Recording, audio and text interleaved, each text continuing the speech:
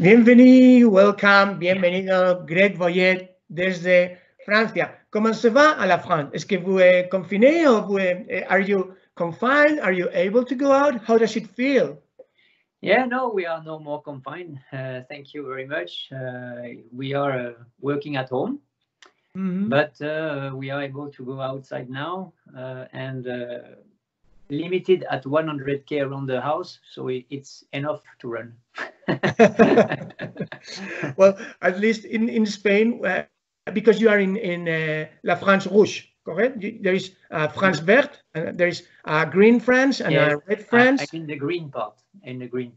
Okay. Yeah, luckily. All right.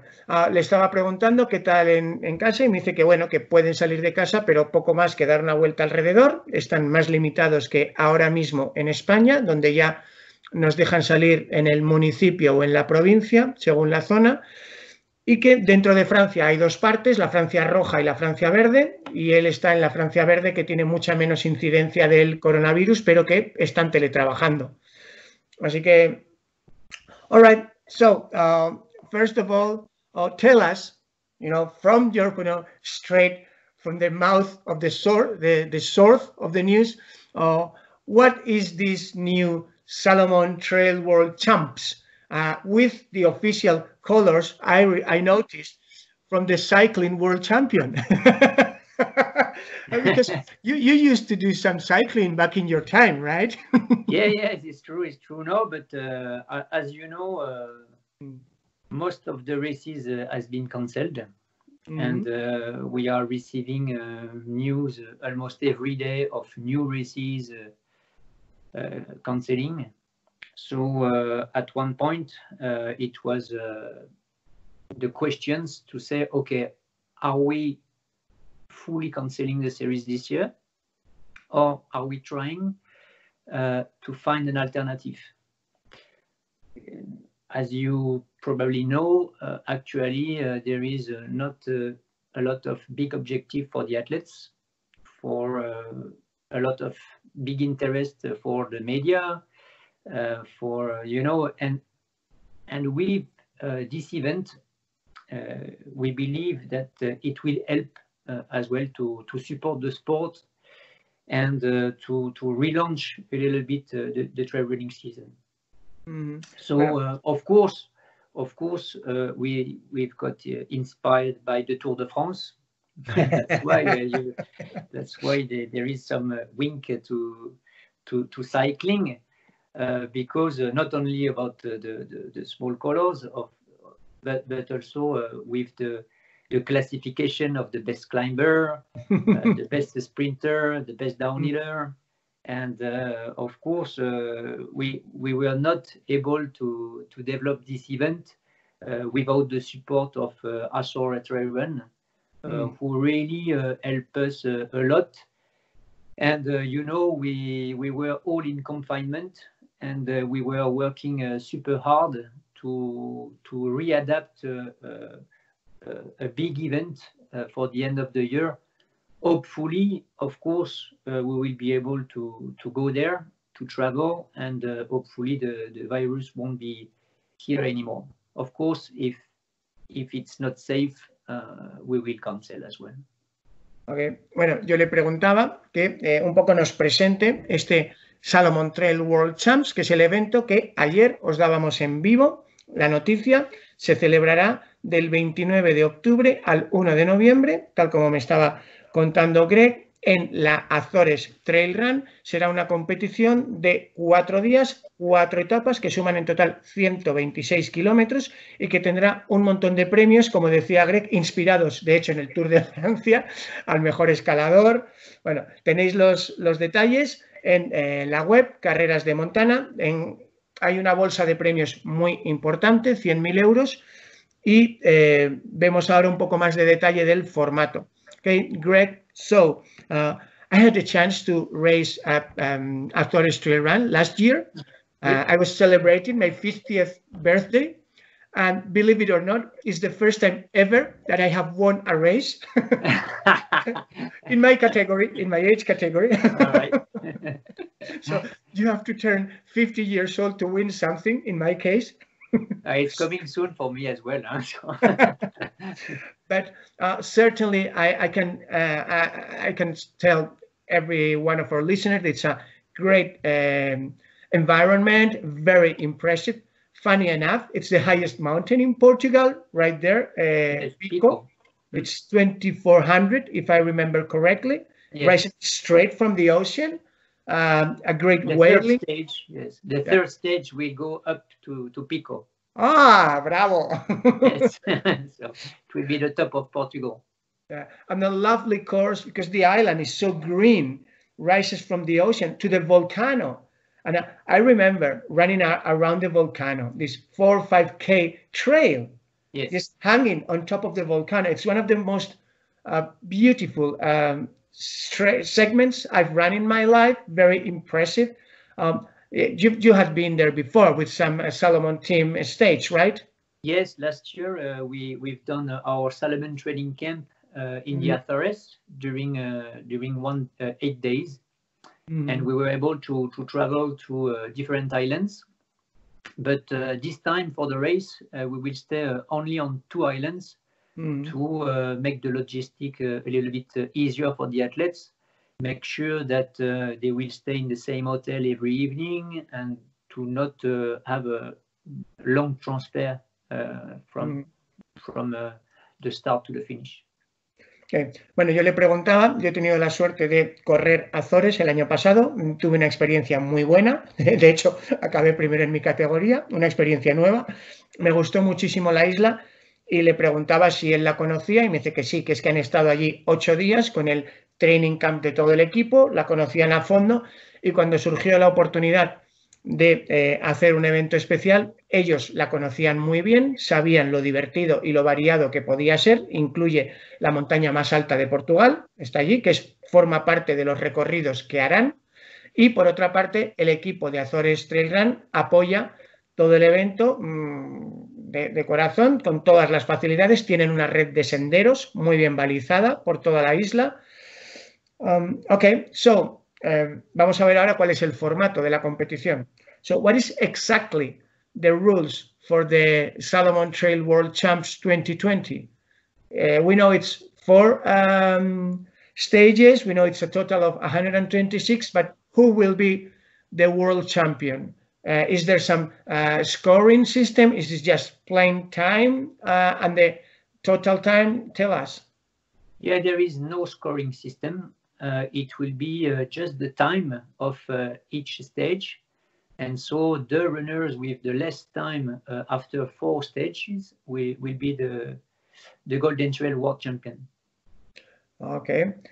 And you will have Golden Trail World Champion 6,500, second to fifth 5,000 euro, 6 to 10 2,500 euro. The climber champion, as you mentioned, le roi de montagne.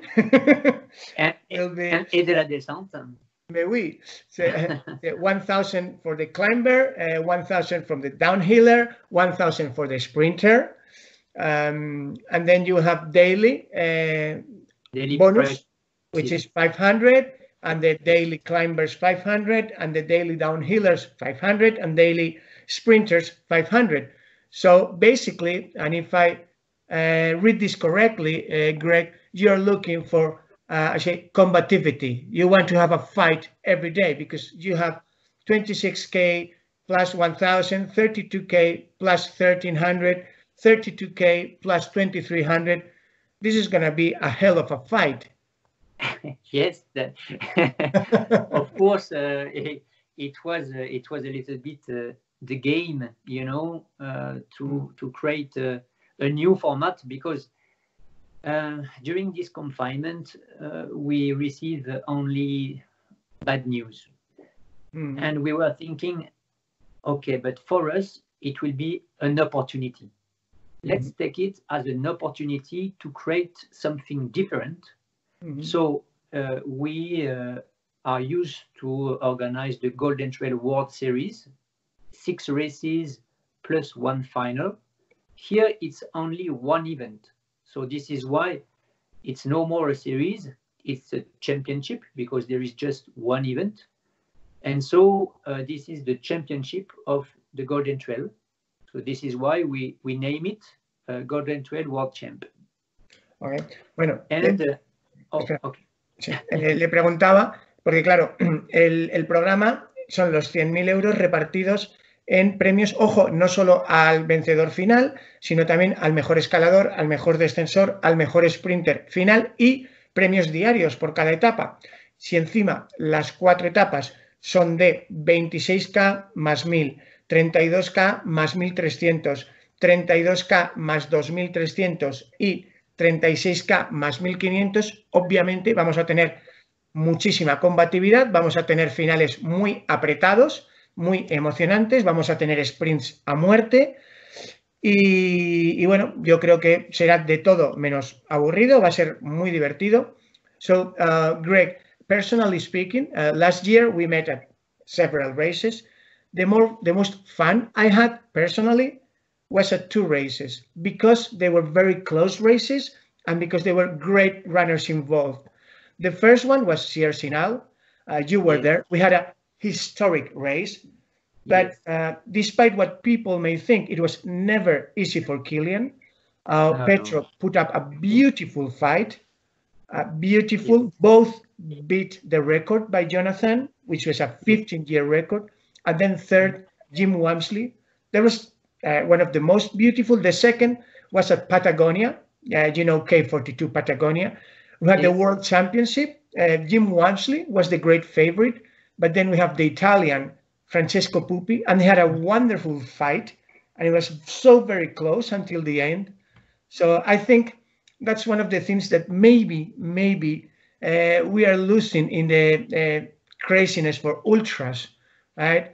That, for example, last year, the final stage of the Golden Trail Series, Annapurna, there was not much mystery about the women winner.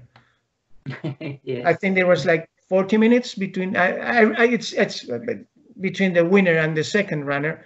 Yeah. I think we all love it, when it's so close to the end. It's whether it's cycling or swimming or running, it's exciting. Exactly. So here, this format, to create it, of course, we get inspired by the Tour de France because it's certainly one of the biggest events in the world. But also I talk with different athletes. I talk with different journalists, and we were thinking that we wanted to have different stories in the same race. So of course we have always the men and women stories, but here we will have also the ones who will dedicate himself to the climbs or to the downhill or to the sprint. And for the sprint, it will be only after 2 kilometers from the start. So it means that from the start, it will be a crazy fight, and it could completely put some trouble to some leaders who will want to follow, and where they will be certainly overspeed, because the sprinter after 2 kilometers will slow down and will just need to finish the stage. Yeah. And it will be the same for the climb. Okay, let me translate. Bueno, estábamos viendo con Greg el por qué han elegido este formato, y en principio la idea es que se han inspirado en el Tour de France para asegurar que había emoción y combatividad máxima en todo momento. Así que, pues con este formato se aseguran de que va a haber mucha pelea, que va a haber emoción cada día y que, ojo, si por lo que sea salta un sprinter y se separa del pelotón y pega un hachazo y otro corredor fuerza y se pasa de piñón, ¿sabes?, o se sale de plato, pues se arriesga a quedar cortado y eliminado. Así que eso que perdería. Vamos a ver si, Greg, ¿me oyes? ¿Me recuperas? ¿Hola? ¿Hola?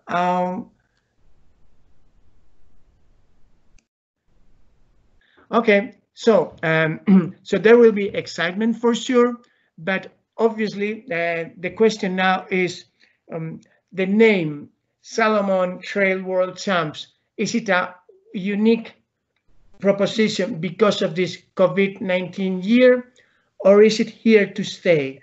Or does it depend on the impact it makes? Because obviously it does raise questions, especially from the federation, from the sky running, or from mountain running, or from IAU. They believe that probably it's a bit confusing to the aficionado to use the expression Trail World Championship, especially if Spartan and Adidas have used it as well. Yeah, and you know, as I said just before, in fact, we are used to do a series, and here is just one event. And so if it's only one event, we were thinking that it's a championship, and it's the championship of the Golden Trail World Series. So we just replaced series by champ and not championship because it was too long in the logo.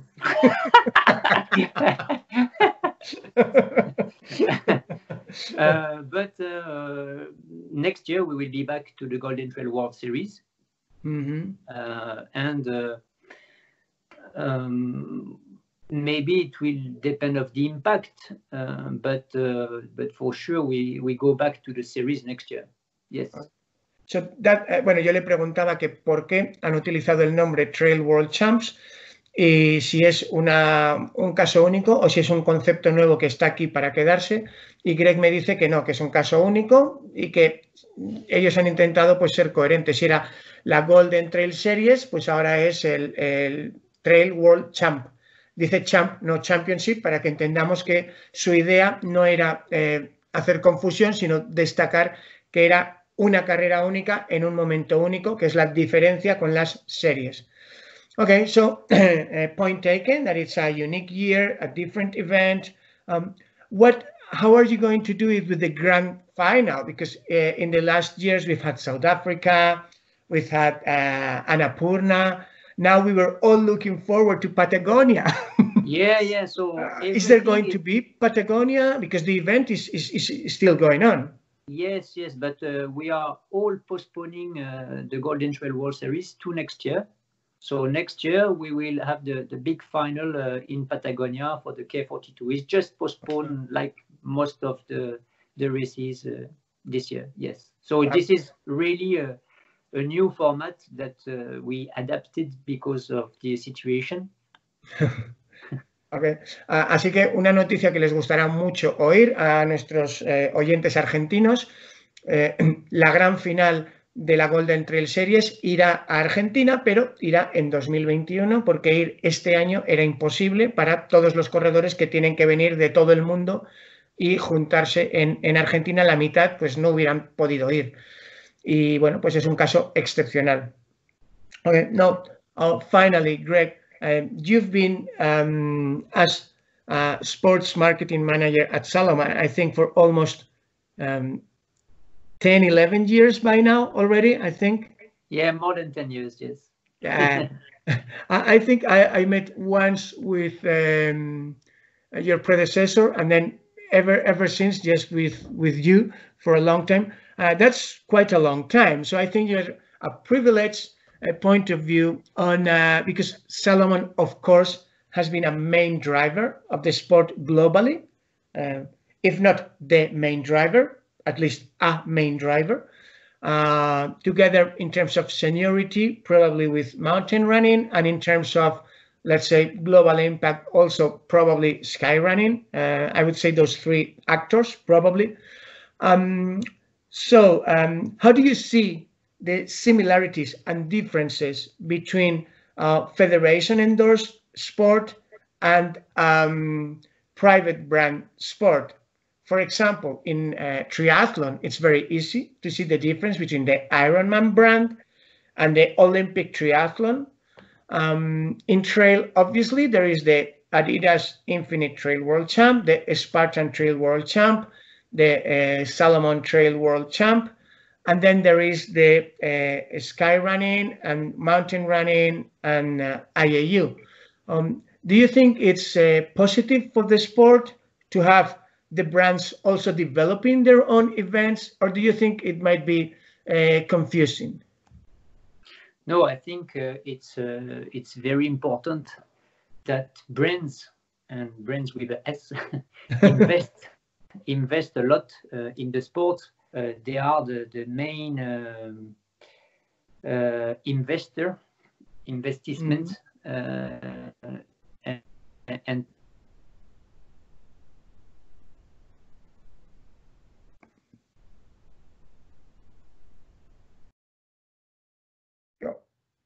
Oh.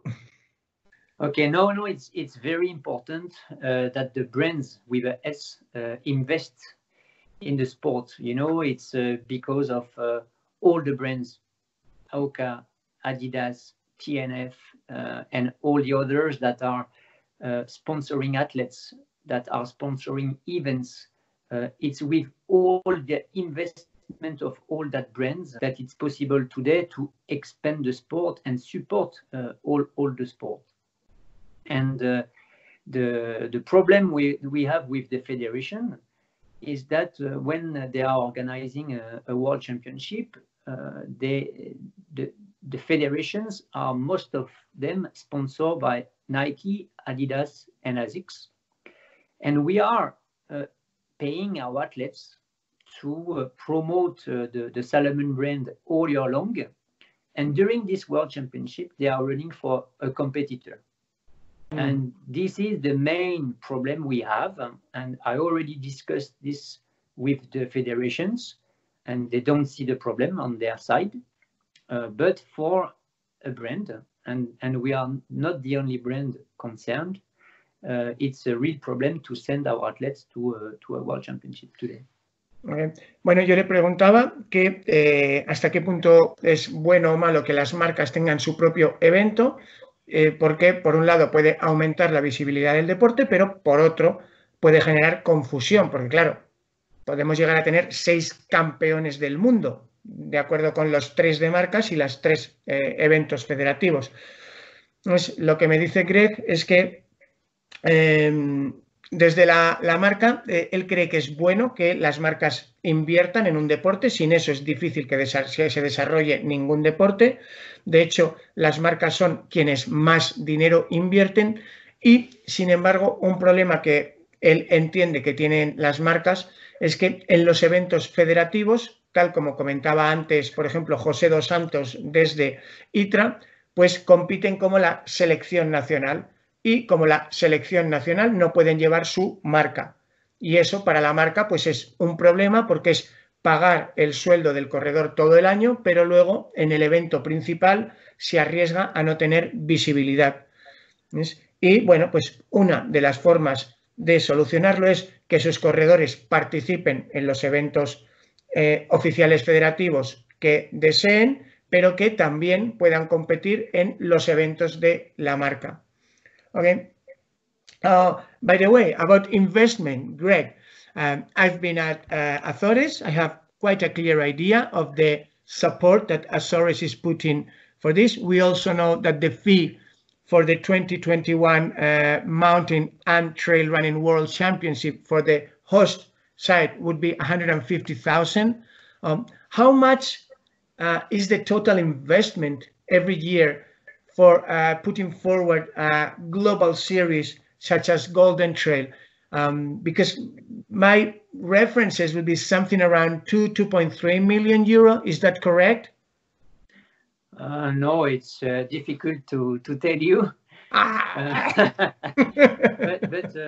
But of course, we have a totally different approach than the other series. I mean that we are not asking any money to the organizer to receive the Golden Trail World Series. In fact, we are sponsoring the event.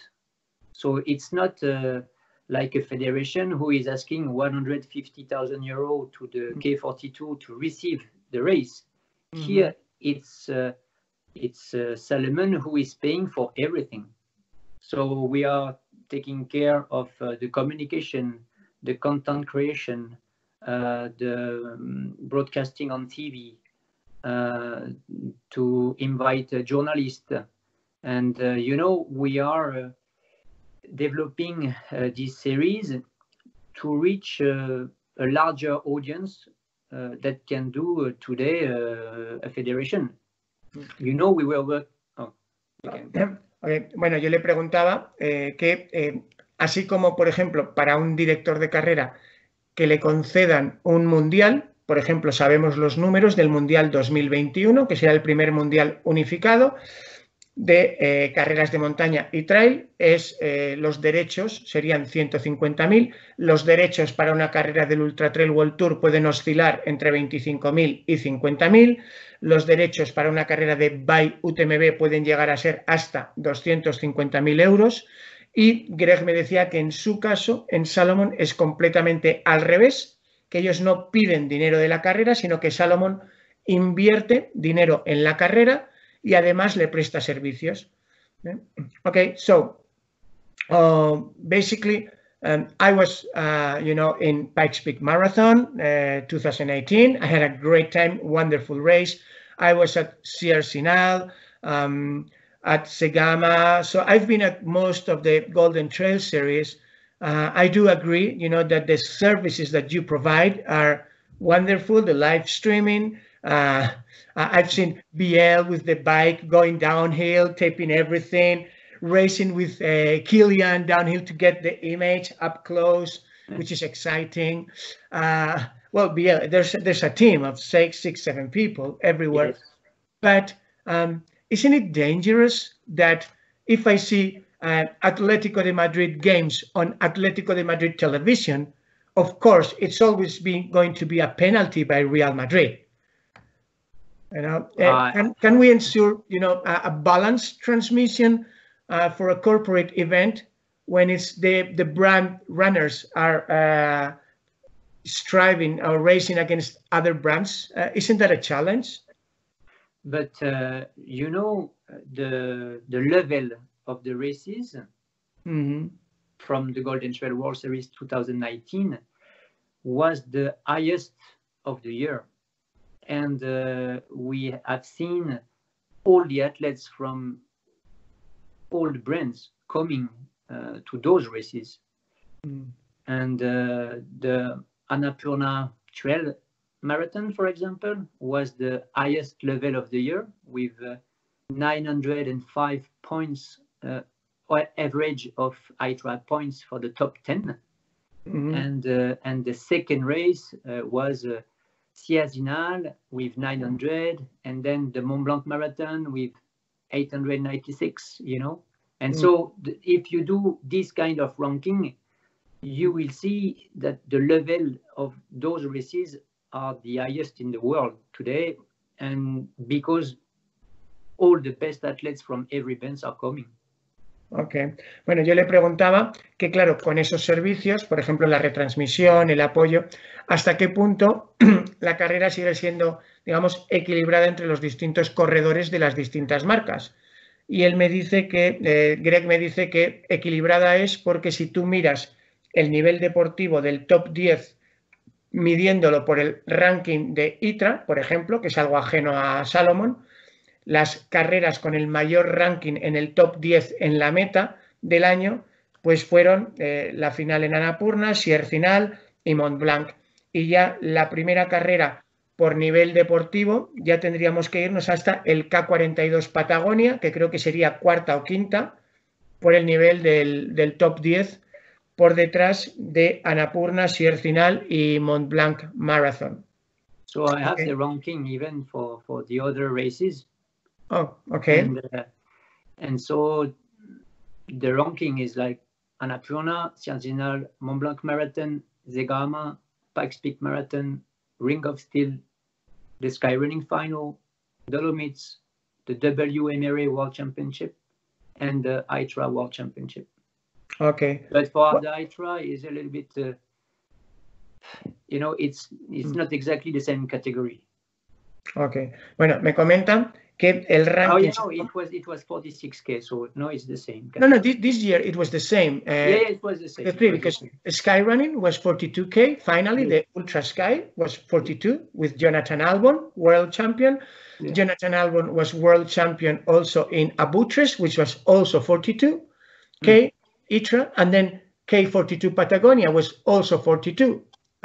Jonathan Albon could only make fourth, so it was a higher level because it was Jim Wamsley and Pupi and Oriol Cardona ahead of Jonathan.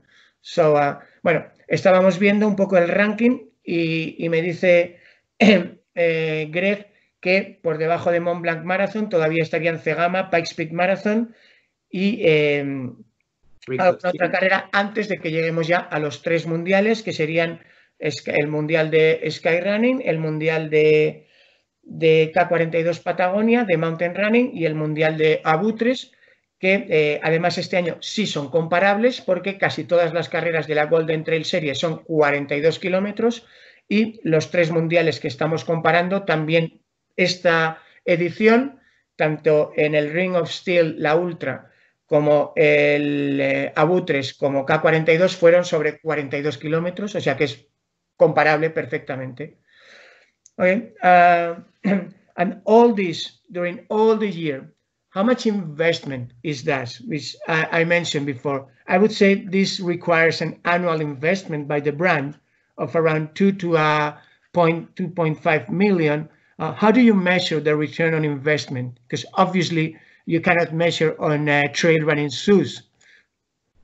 Well, this is our difference with all the other series, is that at the end, our objective is to reach a larger audience. So to develop the sport, develop the number of people in trail running around the world, and so to develop ourselves somewhere.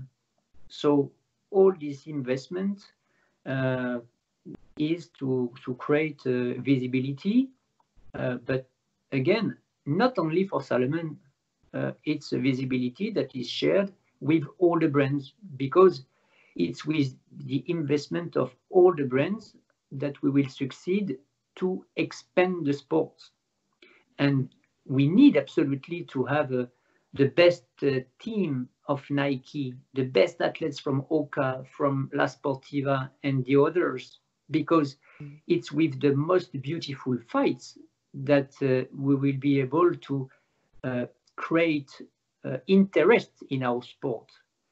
And all the brands have interest because they can, all of them, communicate on our series without the Salomon name.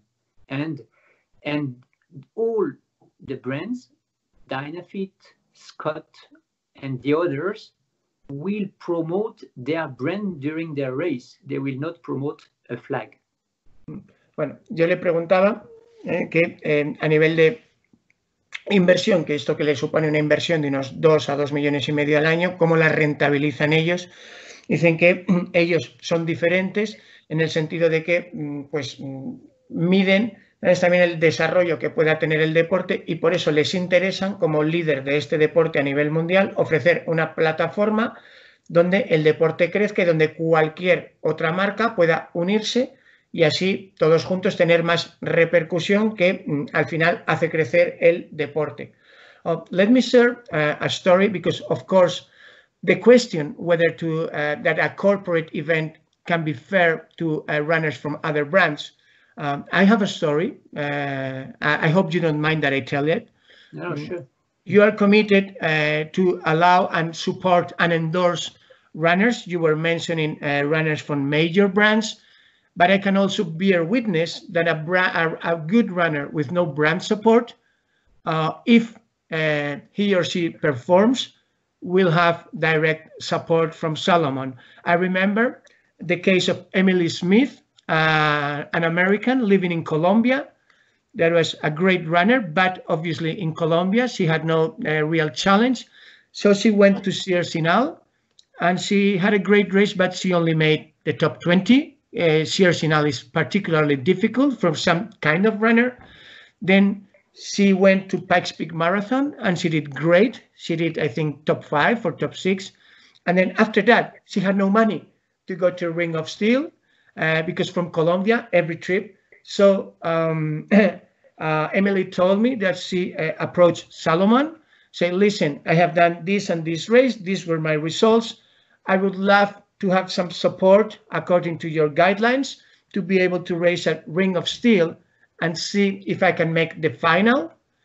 This was, I think, 1 or 2 years ago. And she got support from Salomon, even though she had no brand behind. It was just a single individual, and it was a woman, and nobody knew her. But she got supported by you, and she was able to go and run at Ring of Steel, and she just missed the cut. I think she did top 10, but she did not make it to the finals.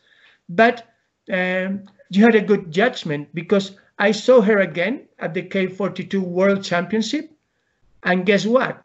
She was the first female in the finish line for the USA team. So nobody knew her before she was given that chance, but it was a fair chance. I just want to come back on this story, and it's not the only story, because you have, for example, Juan Carlos Carrera from Mexico as well. Oh, yeah. You have a guy also from Peru, you know, who finished top 5 in Dolomites. And you have a few athletes that live in countries where they don't have any teams, you know, they don't have any support.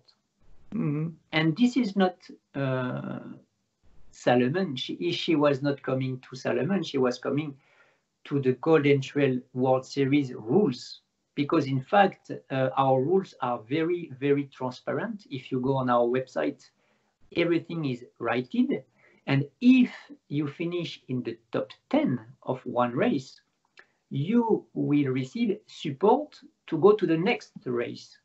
So she didn't have a Salomon support. No, she received just the support she was allowed to have from the rules of the Golden Trail World Series, and she was not the only one. And this is also a huge opportunity for many athletes that have no brands. It's to be part of the Golden Trail National Series in their countries.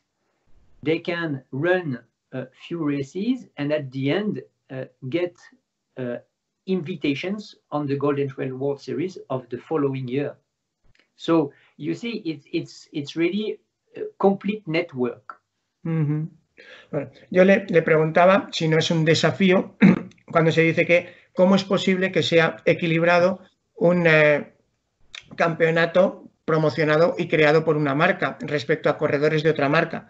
Entonces, yo lo que sí os puedo contar, yo conozco algunas historias concretas de corredores que incluso sin tener ninguna marca detrás han aplicado las reglas que están publicadas en el campeonato, en el Golden Series. Por ejemplo, el caso de Emily Smith, una americana que vivía en Colombia y que soñaba con disputar el circuito, fue a Sierre-Zinal, hizo el top 20, eso no le daba derecho a nada, volvió a intentarlo en Pikes Peak, todo esto pagándose el viaje ella, hizo top 6 y a partir de ahí ya pidió el apoyo a Salomon, que está previsto en las redes, y Salomon la apoyó para correr en Ring of Steel, donde hizo cerca del top 10, pero no logró meterse en la final, pero sí pudo disputar eso gracias a ella. Y luego resulta que esa misma corredora que nadie conocía hasta que tuvo esa oportunidad, la hemos visto en el Mundial de K42 Patagonia y resulta que fue la primera mujer del equipo nacional de Estados Unidos en cruzar la meta.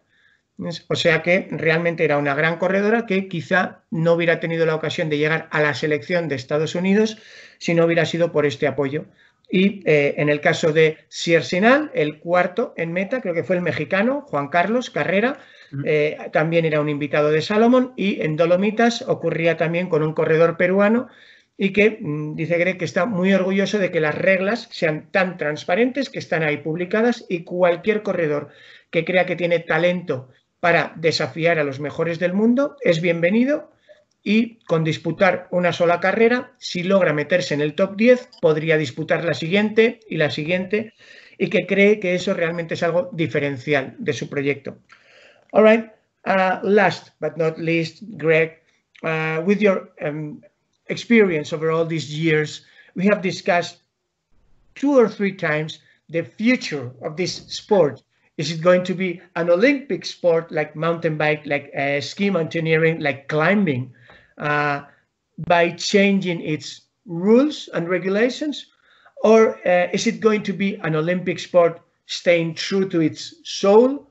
Or should it never be an Olympic sport because it's just different from the concept of free mountain running? What's your view? Well, we discussed a few years ago about it, and of course my vision didn't change. And I can tell you the example of mountain biking because it's a world that I know very well. You know, and it was very, very similar to trail running. A lot of races everywhere, a huge community, races every weekend with thousands of people. And in '96, the federation wants to put the mountain bike cross country in the Olympic at Atlanta. And from a year to another one, the National Cup changed completely. So instead of riding one big loop of 50 kilometers, we were riding 3 loops. And I remember one National Cup where we started at 2,500. And after 3 loops, in fact, each one who was passed by the first, you know, has to drop.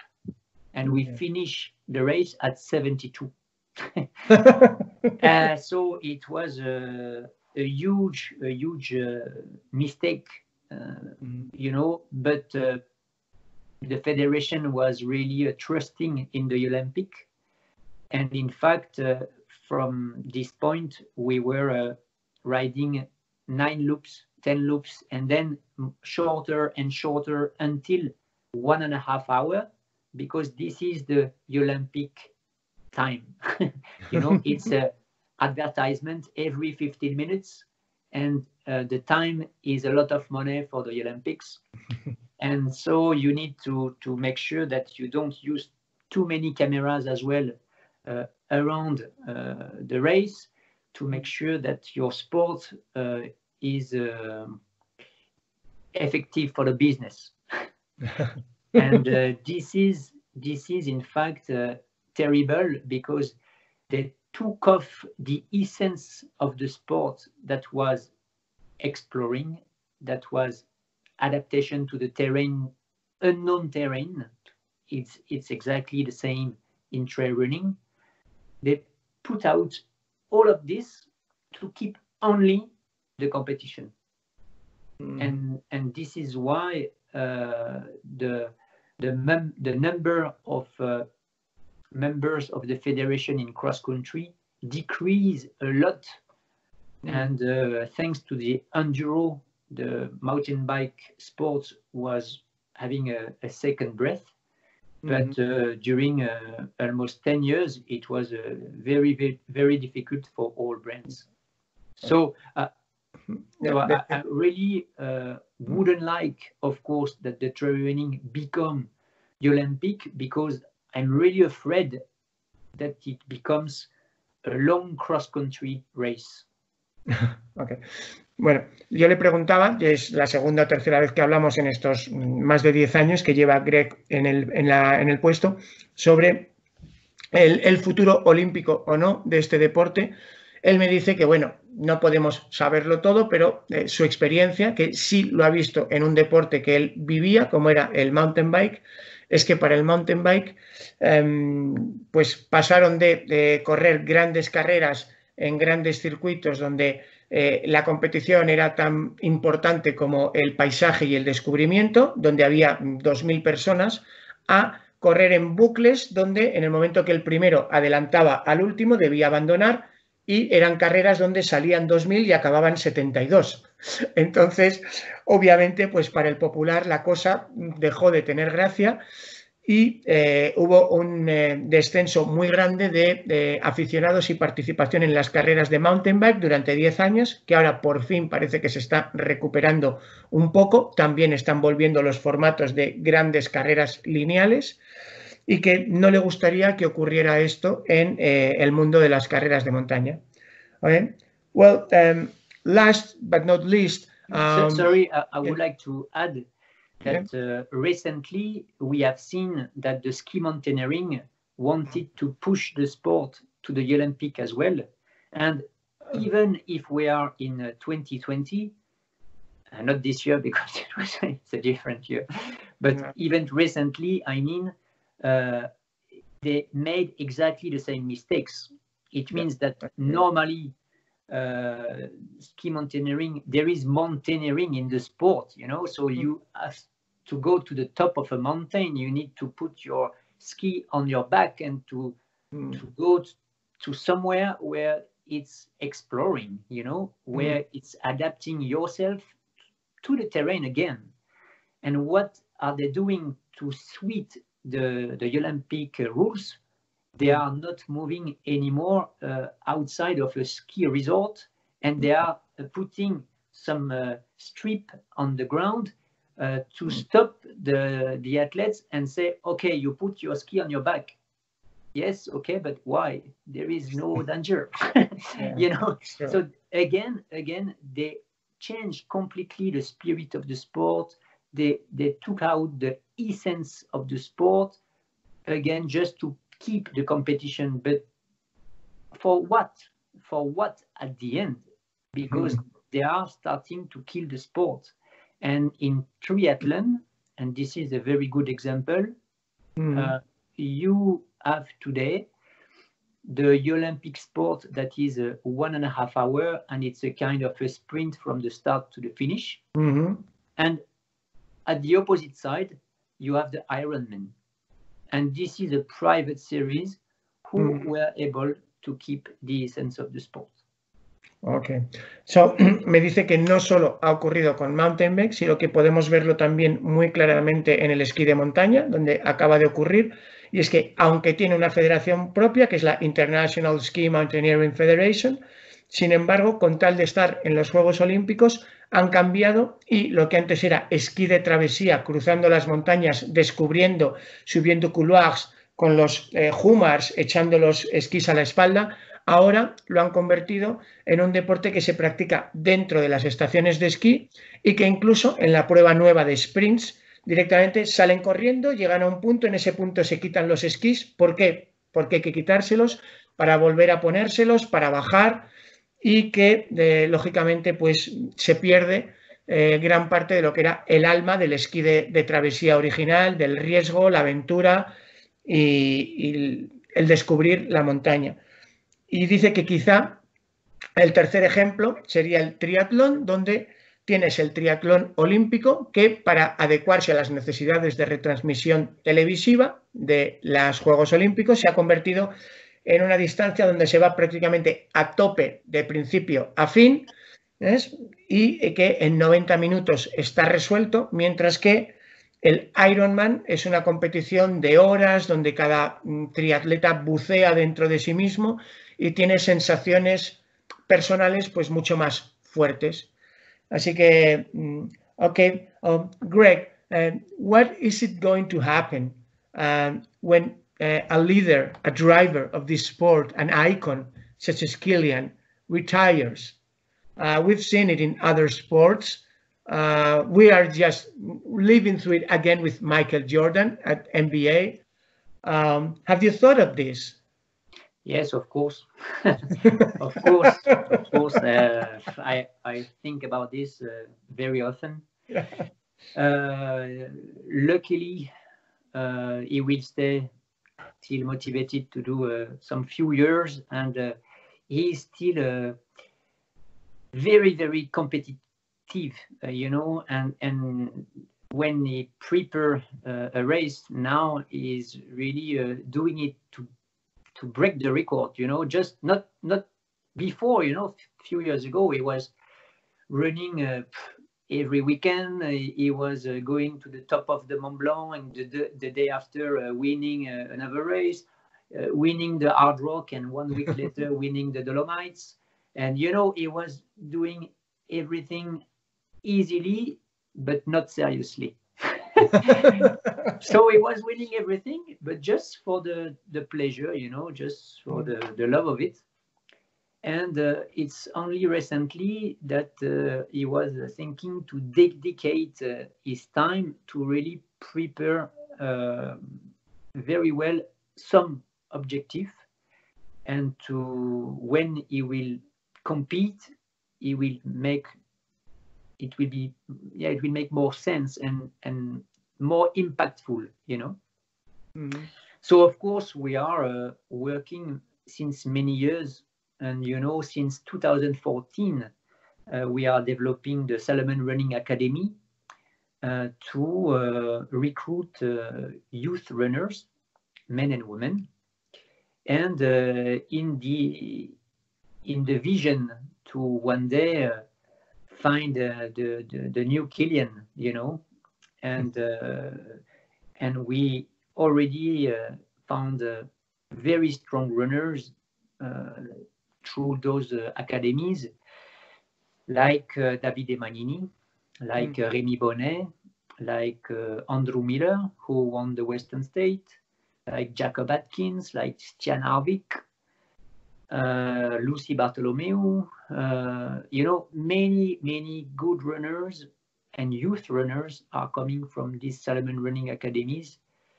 And we developed it to always have a very strong team. Ok. Bueno, le preguntaba qué va a pasar cuando el Mesías Kilian Jornet suba a los cielos, le perdamos con los dorsales, y me decía que lógicamente él tiene que pensar en esto todos los días, pero que por un lado él ve que tenemos Kilian para rato, cree que ahora él dentro de su proyecto ya no se preocupa tanto de ganar carreras por divertirse, digamos, sino que ahora quiere ganar carreras dejando su huella en ellas. Lo hemos visto en el récord de cierre final, que se ha preparado especialmente. Lo hemos visto en Pikes Peak, que era su gran objetivo, el récord de Matt Carpenter este año, pero no ha podido ser. El año pasado se le escapó por un poquito, por el segmento de Barcamp a meta. Ahí perdió 8 minutos y ahí fue donde perdió el récord de Matt Carpenter. Si no, en el resto de segmentos estaba bien. Y que desde Salomon, pues lo único que pueden hacer es ayudar a Kilian y crear la Salomon Academy, donde siguen saliendo nuevos talentos, nuevos corredores que siguen uniéndose. About Kilian, and Salomon has been bringing together mountain running and road running lately with the Salomon Sonic series, and also we see that Kilian, I saw him doing series in Chamonix together with Pablo Villalobos and some friends at the track in Chamonix, and we have seen him training with a treadmill over the confinement, and he even made it public that, hey mates, I am starting to think about running flat, maybe someday. We have the president of Pau Capell. In Barcelona Marathon, Pau Capell ran, it's at 20,000 runners. Pau Capell ran 2 weeks after winning Transgran Canaria in 2018, just 2 weeks for fun, no preparation, no nothing. And he was the second Spaniard to cross the line in Barcelona, and he got 2:30. Probably, according to the calculations with Kilian, mathematically, he should be something between 2:10 and 2:14 easily. Do you think that makes sense, or do you think he could even push it behind that? Yes, I really believe. First, I will tell you a little bit the story. Because in fact, he was training for Ciazinal. He was training on the flat. Yeah. And as he was dedicated for few months just on this race and just to be able to go faster on the flat, it changed completely his physical appearance. You know, his legs was totally different from before because he was, you know, doing a lot of intensities on the flat, and you know what? He liked it. He liked it. And so this year I was thinking, well, I start to feel fast now, you know, and I want to know. I want to try and see how much I can do, you know. So yes, he is training on his treadmill, training on the road, but still doing a lot of ski because he is living in Norway and there is a lot of snow still over there. Okay. But I believe that he can do 210 and I hope less, but yes. Okay. Bueno, como sabéis, Salomon lleva años donde está trabajando no solo en las zapatillas de montaña, sino también en las zapatillas de asfalto, toda la gama Salomon Sonic, que empezó en 2016, ahora llegamos ya a la Salomon Sonic 3 y a Kilian pues le ha pasado un poco lo mismo que a la marca. Yo le preguntaba, ¿tú le ves con el precedente de un Pau Capell que 2 semanas después de ganar Transgran Canaria se va al Maratón de Barcelona para ver qué tal y hace 2:30 con los ritmos que estamos viendo a Kilian? ¿Tú le ves entre 2:10 y 2:14 si se lo toma en serio?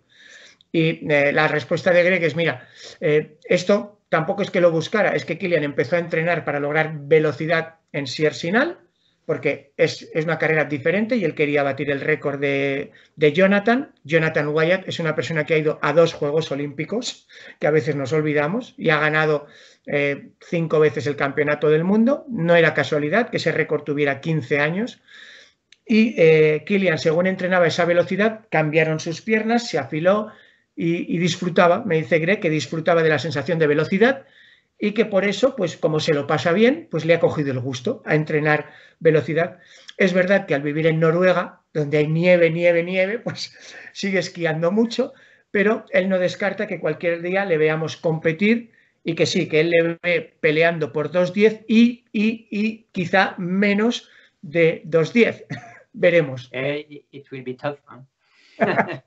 Okay, well, thanks a lot, Greg. I would like just to add something that we didn't talk yet about the Golden Trail World Champ and about the COVID. You know, we are often talking about big companies that has been eaten by the COVID, that they are losing millions of euro, etc. But we are not talking about the athletes. You know, the athletes, most of them have a small financial contract and they are living as well from prize money. But there is no more races.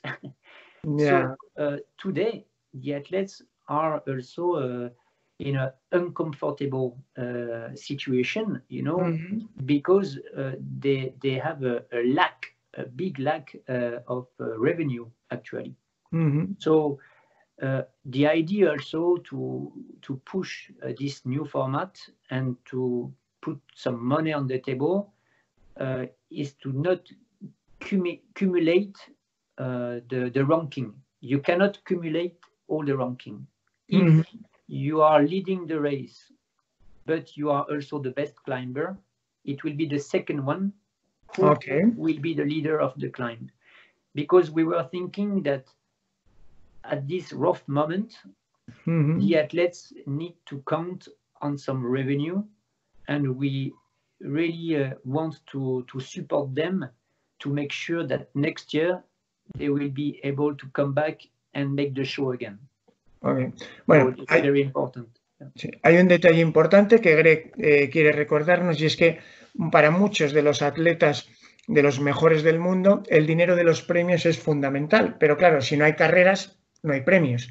Entonces, parte de esa bolsa de 100.000 euros y de dedicarlo y de crear este campeonato ha sido el asegurarse de que los premios absolutos no son acumulativos con lo de etapa, con lo cual si tú ganas el absoluto no puedes llevarte el dinero de la etapa para que así pueda llegar a más corredores, haya más corredores que tengan algunos ingresos en carrera y que así podamos facilitar que sigan en este deporte, sigan entrenando y sigan dando lo máximo. Así que, well, será un placer, monsieur. Un placer, Greg. Thank you very much. And hopefully we'll see you at Azores again. Of course. Thank you very much. Okay. Merci. Merci. And Okay. yeah.